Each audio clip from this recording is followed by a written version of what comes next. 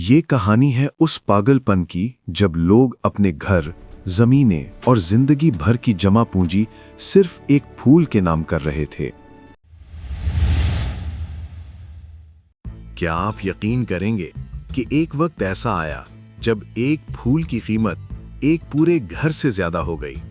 سن 1637 Netherlands, ایک ایسا دور جسے سنہرا دور کہا جاتا تھا۔ تجارت عروج پر تھی، دولت بہہ رہی تھی اور لوگ خود کو محفوظ اور طاقتور سمجھتے تھے۔ لیکن اسی خوشحالی کے درمیان ایک عجیب جنون نے جنم لیا۔ ٹیولپ کا ایک بلب، صرف ایک بلب، ہزاروں گلڈر میں فروخت ہونے لگا۔ کچھ اقسام کی قیمت 10,000 گلڈر تک پہنچ گئی، جو اس وقت ایمسٹرڈیم میں ایک عالیشان گھر کے برابر تھی۔ لوگ اپنے گھر بیچ رہے تھے، زمینیں گروی رکھ رہے تھے، صرف اس امید میں کہ کل اس بلب کی قیمت اور زیادہ ہو جائے گی۔ عام مزدور، تاجر، حتیٰ کہ امیر طبقہ بھی اس دوڑ کا حصہ بن چکا تھا، مگر کسی کو اندازہ نہیں تھا کہ یہ اضافہ حقیقت پر نہیں بلکہ امید، لالچ اور اجتماعی نفسیات پر کھڑا تھا۔ یہ تاریخ کا پہلا مالیاتی ببل تھا، ایک ایسا ببل جو چند ہی مہینوں میں پھٹنے والا تھا، اور جب یہ پھٹا تو صرف قیمتیں نہیں گریں، خواب بھی ٹوٹ گئے۔ اس کہانی کو سمجھنے کے لیے ہمیں وقت میں پیچھے جانا ہوگا۔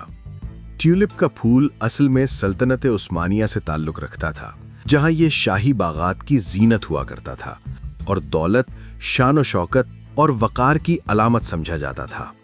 اس کے رنگ، اس کی نزاکت اور اس کی نایابی نے اسے خاص بنا دیا تھا۔ 16ویں صدی کے آخر میں یہ خوبصورت پھول یورپ پہنچا اور جلد ہی نیدرلینڈ میں غیر معمولی مقبولیت حاصل کر گیا۔ نیدرلینڈ کی زرخیز زمین اور موافق موسم نے اسے تیزی سے اگایا اور آہستہ آہستہ یہ ایک نایاب اور قیمتی شوق میں تبدیل ہو گیا۔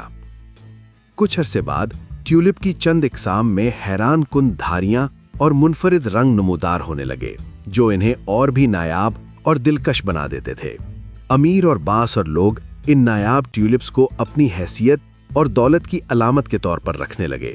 دیکھتے ہی دیکھتے مانگ میں اضافہ ہونے لگا اور قیمتیں خاموشی سے اوپر چڑھنے لگیں۔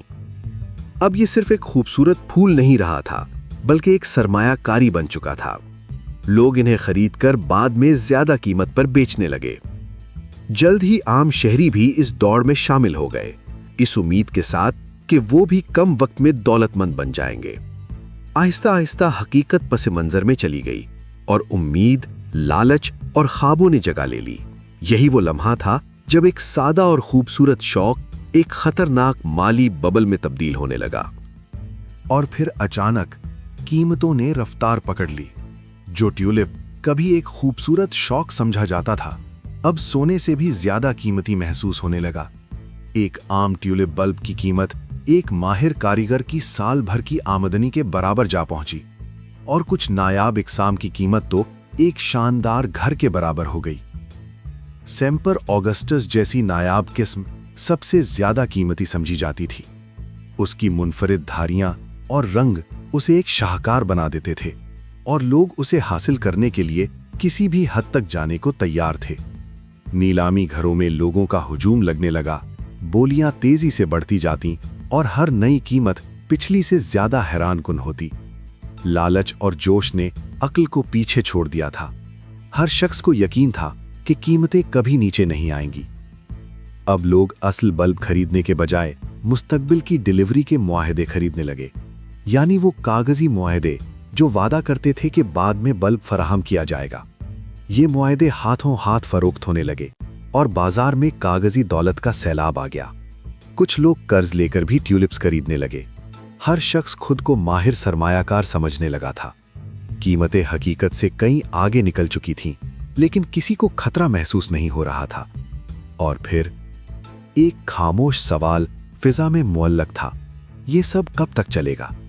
کسی کو اندازہ نہیں تھا کہ یہ چمکتا ہوا بلب دراصل ایک خطرناک مالی ببل میں تبدیل ہو چکا ہے، جو کسی بھی لمحے پھٹ سکتا تھا۔ اور پھر وہ دن آ گیا جس کا کسی نے تصور بھی نہیں کیا تھا۔ 1637 کی ایک سرد صبح، ایک نیلامی میں خریدار موجود تو تھے، مگر بولی لگانے والا کوئی نہیں تھا۔